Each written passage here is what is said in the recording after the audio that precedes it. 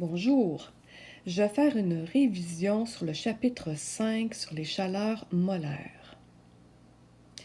La définition de la chaleur molaire, c'est la quantité d'énergie dégagée ou absorbée lors de la transformation d'une mole de réactif ou de produit. Ça s'exprime en kilojoules par mol. Une chaleur molaire de dissolution, c'est quand je vais prendre un solide, donc une mole de soluté, que je vais dissoudre dans un liquide. Premier calcul, on va préparer une solution de AgNO3. La dissolution de 3,75 g de AgNO3 dans 150 ml d'eau va faire passer la température de 20,4 à 17,3. Une fois que le calcul va être fait, on veut chercher l'équation thermochimique. Donc, pour le calcul, je vais commencer avec la formule Q égale M fois C fois delta T. Donc, la masse, c'est toujours la masse de l'eau qui est 150. Le C, c'est 4,19. Et la variation de température, on regarde 20,4 à 17,3. Je les soustrais. Ça donne 3,1 degrés Celsius. Donc, pour le premier Q, je vais avoir 1948,35 joules. Je vais aller chercher mon nombre de moles comme deuxième étape en faisant N égale petit m sur grand M. Donc, le nombre de moles, je le cherche. Le petit m était donné, c'était 3,75 grammes. Et le grand M, 170 grammes. Je divise un par l'autre, ce qui donne 0,022. Troisième étape, je vais remettre tout ça pour une mole. Donc, j'ai 1948,35, ça c'est dans 0,022. Moi, je vais chercher pour une mole combien? Une fois que le produit croisé est fait, ça va donner 88 561,36 joules que je vais remettre en kilojoules. Je vais tasser ma virgule de 3. Comment je vais faire pour mon équation thermochimique? Ce sera AgNO3 solide qui va donner AgNO3 aqueux. Au cégep, vous allez séparer le AgNO3 en Ag+, puis en NO3-, NO3-2-. Et comme la température a baissé, c'est une réaction qui est endothermique, donc 88,56 kJ par mol. Deuxième calcul, on neutralise 50 ml de HCl avec 50 ml de KOH. La température va passer de 24 à 28 et je dois écrire l'équation thermochimique de cette réaction chimique-là. Donc, pour le calcul, je vais refaire Q égale M fois C fois delta T. La masse, c'est 100. Le C, 4,19. Et la température est la montée de 4 degrés Celsius. Je fais mon calcul, 1676 joules. Deuxième étape. Je vais faire C est égal à N sur V. Donc, 0,4 égale N sur 0,05. Pourquoi je prends ces chiffres-là? Je prends 50 ml, 0,4 mol par litre. Que ce soit un ou l'autre, ça va donner la même chose. J'ai mis ici mon volume en litres, ce qui va donner un nombre de moles de 0,02.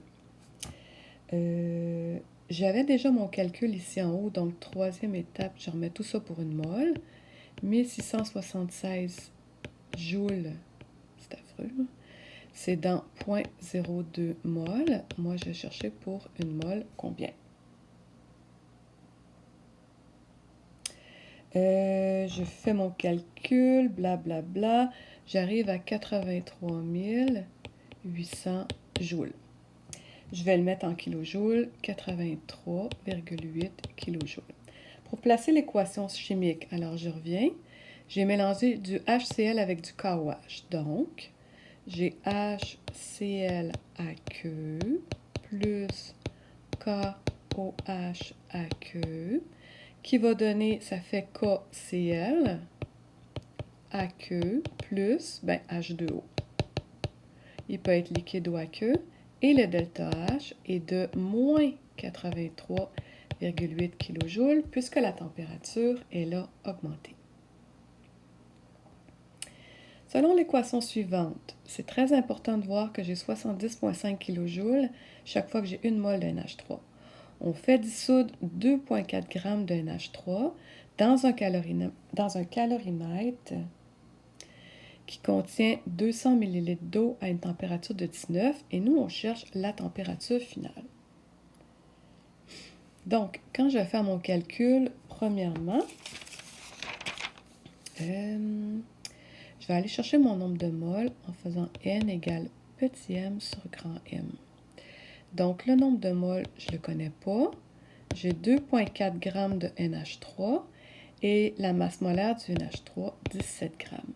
2,4 divisé par 17, ça donne 0,14 mol. OK. Une fois que j'ai mon nombre de moles, je vais me servir de l'équation.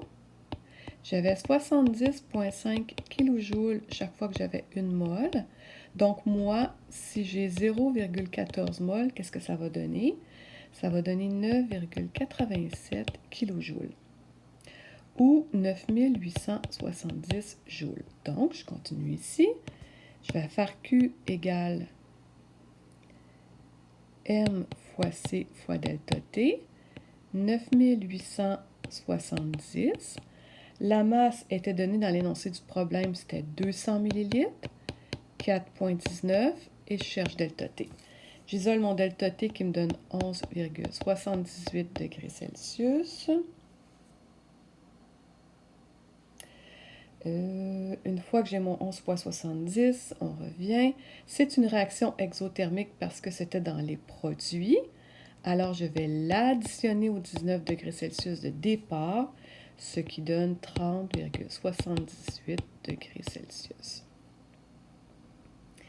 La dernière diapositive, c'est la loi de Hess. Alors, pour la loi de Hess, je veux avoir cette équation chimique-ci, et moi, je vous donne 3 équations de départ. Celle-ci, celle-ci, celle-ci.